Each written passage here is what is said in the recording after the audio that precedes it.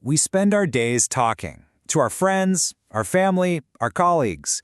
But what if the most important conversations, the ones that are literally building your reality, are the ones happening silently, inside your own head?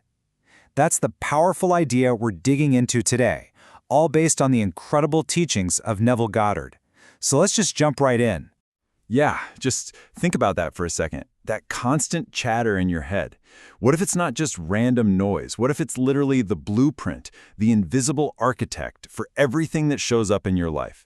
That is the wild, radical idea we're going to explore. So, here's the game plan. First, we'll uncover a secret we all keep. Then, we'll dive into the real power of our inner speech. I've got a fantastic real-world example of how this works, a practical technique you can use. And then we'll wrap it all up by seeing how your word truly becomes your world. Okay, let's kick things off. Section 1. We're starting with a secret, something we all do, all the time, but most of us have no idea it's even happening.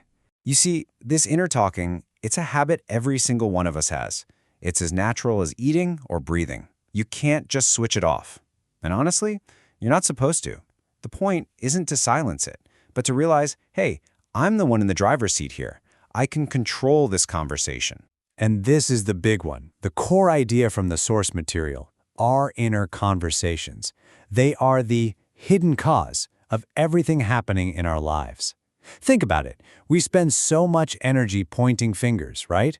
Blaming our boss, the economy, other people for our problems, all while completely missing that the real cause is our own negative inner chatter, just playing out on the world stage. You've probably heard this one before. As a man thinketh in his heart, so is he. But Neville adds this fascinating layer to it. He says that our thinking itself, it just follows the tracks that are laid down by our inner conversations. So, you see, if you really want to change your life, you can't just try to change a thought here or there. You have to go deeper. You have to change the very conversations that are creating those thoughts in the first place. So, if our inner speech is the cause, well, the solution becomes pretty obvious, doesn't it? We've got to change it. And that brings us right into Section 2, which is all about this incredible transformation from what the source calls the old man to the new man. Okay, let's get super clear on what we're talking about here. Inner speech. What is it? It's those mental conversations, the ones running 24/7 in your head. But in this framework, this is so much more than just random chatter. This is the word you hear about in Scripture. It is the very creative stuff that your reality is made of. The source uses this really powerful biblical metaphor to explain it. Putting off the old man. What does that really mean?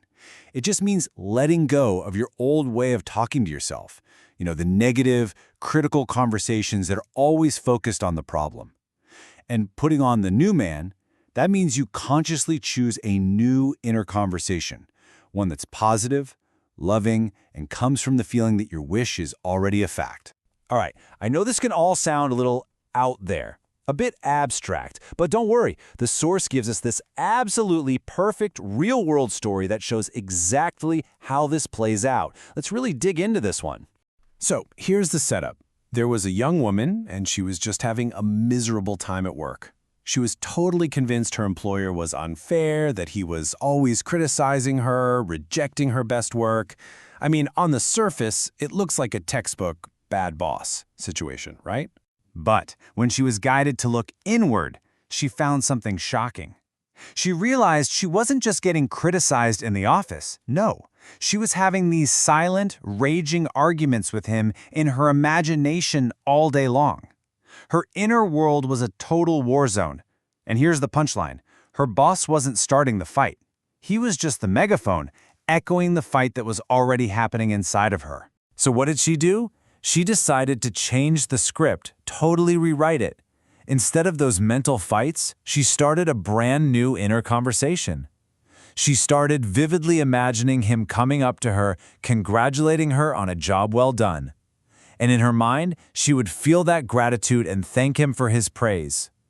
She flipped the entire premise from conflict to appreciation. And the result? It was wow. Just astonishing. Her employer's actual behavior in the real world did a complete 180. He started praising her, treating her with respect, perfectly mirroring the new conversation she was committed to on the inside. It's such a brilliant example of the principle. The outer world it must conform to your inner speech. That story is just so powerful, isn't it? But okay, how do we actually do this for ourselves? Let's get super practical. The source gives us a specific technique, and it frames it in a beautiful way, how to use this power to help someone else. Let's imagine you have a friend. Maybe they're looking for a new job, or they're hoping for better health. How can you use your creative word, your inner speech, to help bring that desire into their reality? It's actually a pretty simple 3-step process. Okay, step 1. In your imagination, you feel that your friend is physically present, right there with you. Step 2. You have a mental conversation with them, congratulating them on their amazing good fortune. I'm so happy for you. And step 3. This is the magic key. You listen. You listen as if you can actually hear them responding, hear them confirming how happy and successful they are. This act of love, this inner communion, sends your word out, and as the promise goes, it will not return to you void. Okay, let's tie this all together in our final section. And get ready because it has a truly mind-bending takeaway about how we think about the future. This is such a critical idea. We tend to think our thoughts just, they happen, and then they're gone. They fade into the past. But according to this teaching, that's not what happens at all. Your inner conversations today, they don't recede, they advance. They are literally marching forward into your future to become the very circumstances you're going to meet. And the cool thing is, as you start to practice this, you begin to see the proof for yourself. You construct an inner conversation about something you want, you stay faithful to it, and then bam, you see it show up in your world. And every time that happens, it's like adding another brick to the foundation of your belief. You're proving to yourself over and over that you are the creative power in your life. So, if there's one single rule to take away from all of this, it's the rule of agreement. The two things that absolutely must agree are your inner conversation and the state you desire. They have to be in perfect harmony. What you want to see and hear on the outside, you have to be seeing and hearing it on the inside first.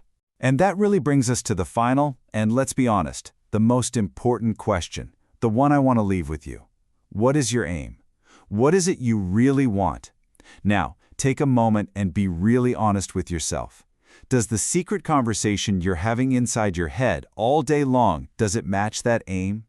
Because if it doesn't, you now know exactly what you need to do.